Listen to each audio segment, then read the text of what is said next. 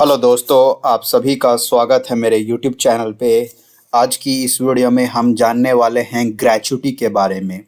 Gratuity से related government ने कुछ चेंजेस किए हैं, तो हम जानेंगे कि वो चेंजेस क्या हैं और ग्रेच्युटी को कैसे कैलकुलेट किया जाता है और दूसरे रूल्स ग्रेच्युटी से रिलेटेड क्या हैं। तो जैसे आप सभी को पता होगा कि जो ग्रेच्युटी है वो दी जाती है आपकी सर्विस के लिए, और ये कह सकते हैं कि आपकी लॉयल्टी के लिए एक कंपनी के प्रति। अगर आप प्राइवेट सेक्टर में हैं या सेंट्रल गवर्नमेंट में हैं या आप पीएसयूज में हैं, तो अगर आप एक कंपनी के परमानेंट एम्प्लॉय हैं और उस कंपनी में अगर आप 5 साल तक काम करते हैं तो आप ग्रेच्युटी के लिए एलिजिबल हैं। यानी आपने 5 साल उस कंपनी को अपनी लॉयल्टी दी है, अपनी सर्विसेज दी हैं, तो आप ग्रेच्युटी के लिए एलिजिबल हैं। ये रूल था पहले। पर अब क्या है कि अगर आप किसी कंपनी में as a fix term employ, यानी कि आप परमानेंट एम्प्लॉय नहीं है बल्कि कि आप फिक्स टर्म एम्प्लॉय हैं उस कंपनी के, अगर आप 1 साल उस कंपनी में as a fix term employ काम करते हैं तो भी आप एलिजिबल हैं ग्रेच्युटी के लिए। तो ये गवर्नमेंट ने रूल चेंज किया है, और ये जो रूल है वो 21 नवंबर 2025 से ही इफेक्ट में आएगा। तो यानी कि ग्रेच्युटी 21 नवंबर 2025 से उन एम्प्लॉयज को भी मिलेगी जो जिन्होंने एक कंपनी में 1 साल तक फिक्स टर्म कॉन्ट्रैक्ट पे काम किया है। जबकि बाकी अगर आप परमानेंट एम्प्लॉयज हैं तो अगर रूल वही है कि अगर आपने 5 साल तक किसी कंपनी में काम किया है तो आप ग्रेच्युटी के लिए एलिजिबल हैं। तो ये तो हो गया नए रूल के बारे में कि अगर आप किसी कंपनी में 1 साल के लिए काम कर लेते हैं फिक्स टर्म पे, तो आप एलिजिबल हैं ग्रेच्युटी के लिए। अब अगर हम बात कर लेते हैं कि और रूल क्या हैं ग्रेच्युटी से रिलेटेड, तो सबसे पहले अगर हम बात करें कि ग्रेच्युटी कैलकुलेट कैसे की जाती है, तो ग्रेच्युटी कैलकुलेट करने का बड़ा ही सिंपल तरीका है कि आपकी जो लास्ट ड्रॉन मंथली वेज थी, यानी 1 साल के 15 दिन के लिए माना जाता है कि आपकी ग्रेच्युटी दी जाएगी। यानी आपको 1 साल में 15 दिन का जो वेज बनेगा वो आपकी ग्रेच्युटी होगी। तो आप जितने नंबर ऑफ ईयर्स आप काम करते जाएंगे तो उतनी आपकी ग्रेच्युटी बढ़ती जाएगी। और आपको ये भी पता होगा कि ग्रेच्युटी की एक मैक्सिमम लिमिट भी है जो कि अभी 25 लाख के आसपास है।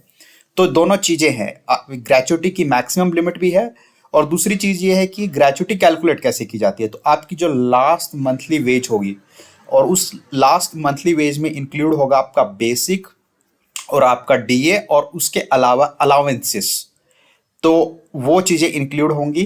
तो वो आपका लास्ट ड्रॉन मंथली वेज होगा। उसको अगर आप 15 से मल्टीप्लाई कर देंगे यानी 15 दिन के लिए, और डिवाइड कर देंगे 26 से, यानी 26 का मंथ कैलकुलेट करके, क्योंकि 4 संडेज होते हैं, और नंबर ऑफ ईयर्स जितने आपने सर्विस कंप्लीट की है कंपनी में, तो वो आपकी ग्रेच्युटी आ जाएगी।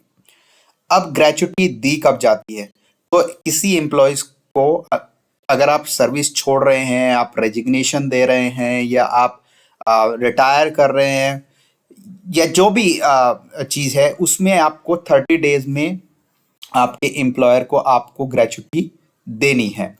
अब हम बात कर लेते हैं कि ग्रेच्युटी में जो वेज है, जो लास्ट मंथली वेज की हम बात कर रहे हैं, उसमें क्या क्या आता है। तो उसमें आपकी सैलरी आती है और अलावेंसेस आते हैं। पर कौन से कंपोनेंट नहीं आते हैं, उसमें बहुत सारे कंपोनेंट है, जैसे हाउसिंग अकोमोडेशन है, supply of light water medical attendance, या एचआर है, या कंट्रीब्यूशन टू ईपीएफ है, या कन्वेंस या ट्रैवल कंसेशन है, वो सब उसमें नहीं आएंगे। और ये भी मैंने बता दिया कि ये जो रूल है, जो नए लेबर कोड जिस देश से इम्प्लीमेंट हो रहे हैं, यानी 21 नवंबर 2025 से, उसी दिन से ये नया रूल ग्रेच्युटी के लिए लागू होगा। अब अगर बात आती है कि अगर कोई 11 मंथ के लिए फिक्स टर्म एम्प्लॉय काम करता है, क्या उसको ग्रेच्युटी मिलेगी, तो उसको ग्रेच्युटी नहीं मिलेगी। कम से कम 1 साल के लिए ये होना चाहिए। तो यही था इस वीडियो में, मैंने आपको बताया कि ग्रेच्युटी क्या है और ग्रेच्युटी आप कैसे कैलकुलेट कर सकते हैं, और ग्रेच्युटी की मैक्सिमम लिमिट क्या है, अभी 25 लाख है, और ये रिवाइज होती है। अगर आपका जो डीए है वो 50% से क्रॉस कर जाते हैं तो आपकी जो ग्रेच्युटी है उसमें 25% का इंक्रीज आ जाता है, मैक्सिमम लिमिट में मैं बात कर रहा हूँ, क्योंकि बहुत लोगों की ग्रेच्युटी उस चीज को ऑलरेडी क्रॉस कर जाती है, और उस पर एक कैप रखा गया है कि आपको इतनी ही मैक्सिमम ग्रेच्युटी मिल सकती है। और मैंने ये भी बताया कि जो नया रूल है उसके अकॉर्डिंग फिक्स टर्म एम्प्लॉय 1 साल में ही एलिजिबल हैं ग्रेच्युटी के लिए, जबकि परमानेंट एम्प्लॉयज़ के लिए रूल वही है कि 5 साल उनको किसी कंपनी को देने होंगे, तभी वो ग्रेच्युटी के लिए एलिजिबल बन पाएंगे।